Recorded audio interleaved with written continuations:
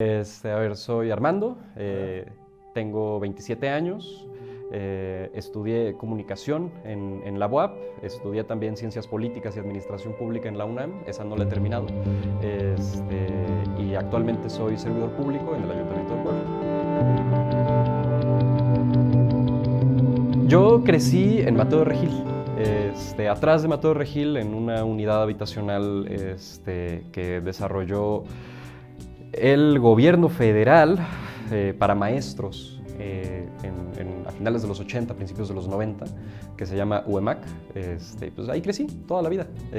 Bueno, primero en Aguasanta, ahí por la 11 Sur, y después un poquito, no tan al sur, pero igual en el sur, allí en Mateo de Regil. Yo nunca he sido mucho del fucho, pero más bien escondidillas, ¿Ah, sí? ¿no? Cosas por el estilo. Mis papás se divorciaron. Mi papá, híjole, no sé si debería decirlo en esta entrevista. Bueno, sí, o sea, nunca he sido como muy cerrado al respecto. Mi papá era drogadicto. Entonces, pues él siempre tuvo muchos problemas, ¿no? con esta cuestión de las adicciones, y pues obviamente mi mamá no permitió que estuviera mucho tiempo. Entonces, como desde los 4 años de edad mía, se separaron. Y desde ese entonces, o sea, pues lo veía ocasionalmente. Él murió ya en 2014, hace 5 años. Pues fíjate que es curioso, es justamente ese año en el que empecé a ser activista.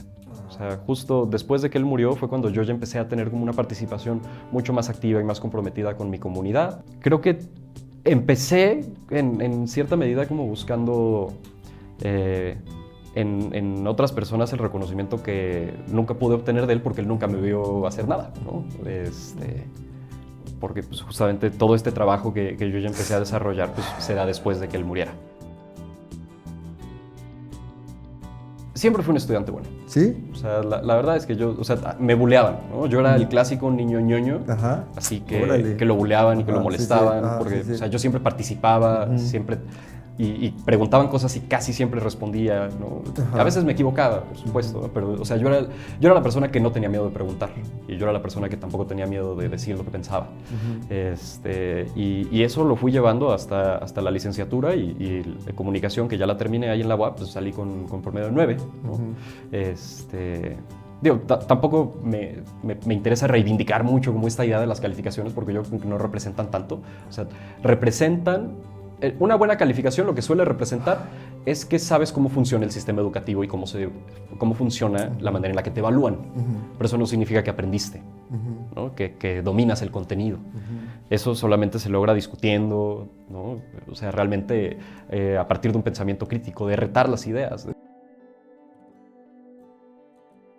Mira, o sea, para algunos soy fifí, para otros soy un naco. Entonces, o sea, así como para algunos soy, o sea, si le preguntas a la banda de sociología de la UAP, que estudió como en la misma generación en la que yo estuve, no sé, 2012, 2013, que nos tocó justamente todo el rollo del 132 y demás, ellos te van a decir que yo soy un fifí. Pero si le preguntas, ¿no? Pues, no sé, los padres de familia y mis compañeros de generación del Benavente van a decir que yo soy un pata de perro. Normal, Sí, una pues, persona vaya, normal. o sea, me ven aretes, tatuajes, cabello largo, ¿no? Pues, o sea, depende de a quién le preguntes, ¿no? O sea, y también hay quien dice Es relativo, que soy entonces. así hay quien dice que soy así un protofascista, ¿no? Dentro de los círculos de discusión de gente de izquierda dentro de la universidad, que dice, no, es que tú estás con el Estado y con las instituciones. Y por otro lado, gente que está mucho más apegada, ¿no? a esa forma institucional de entender la participación pública, que dicen que yo soy un rebelde, anarquista, ¿no? Mugroso, de izquierda.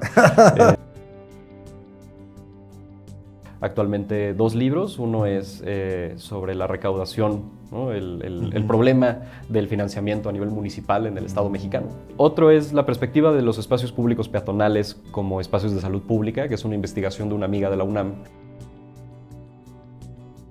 Sí, a mí me gusta el rock progresivo. Yo a los 14 empecé a irme solo a la Ciudad de México y me iba para ir a conciertos. Sí, iba a un lugar que se llama el Circo Volador, que está ahí en Calzada de la Viga, que está junto a un mercado de flores. Y allí el Circo Volador era como el lugar donde la escena del metal y del rock progresivo en México siempre se juntaba para escuchar, ¿no?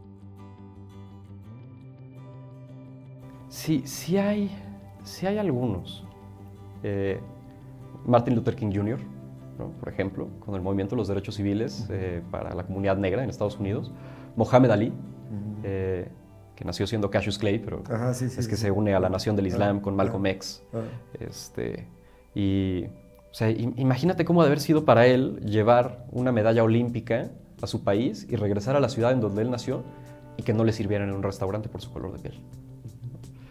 Y aún así, ¿no? Él prevaleció, él prosperó, ¿no? Él persistió y es recordado como uno de los más grandes de todos los tiempos, no solamente en el box. O sea, para mí lo del box es una cosa secundaria, es el hecho de que él se resistió al enlistamiento de la guerra de Vietnam, por ejemplo, y él dijo, yo no tengo ningún problema con los vietnamitas, ¿no? Tengo un problema con el hombre blanco en Estados Unidos que me oprime. No milito. Sí me gustaría militar en un partido, pero la verdad es que creo que aquí en México todavía no existe el tipo de partido en el que a mí me gustaría militar.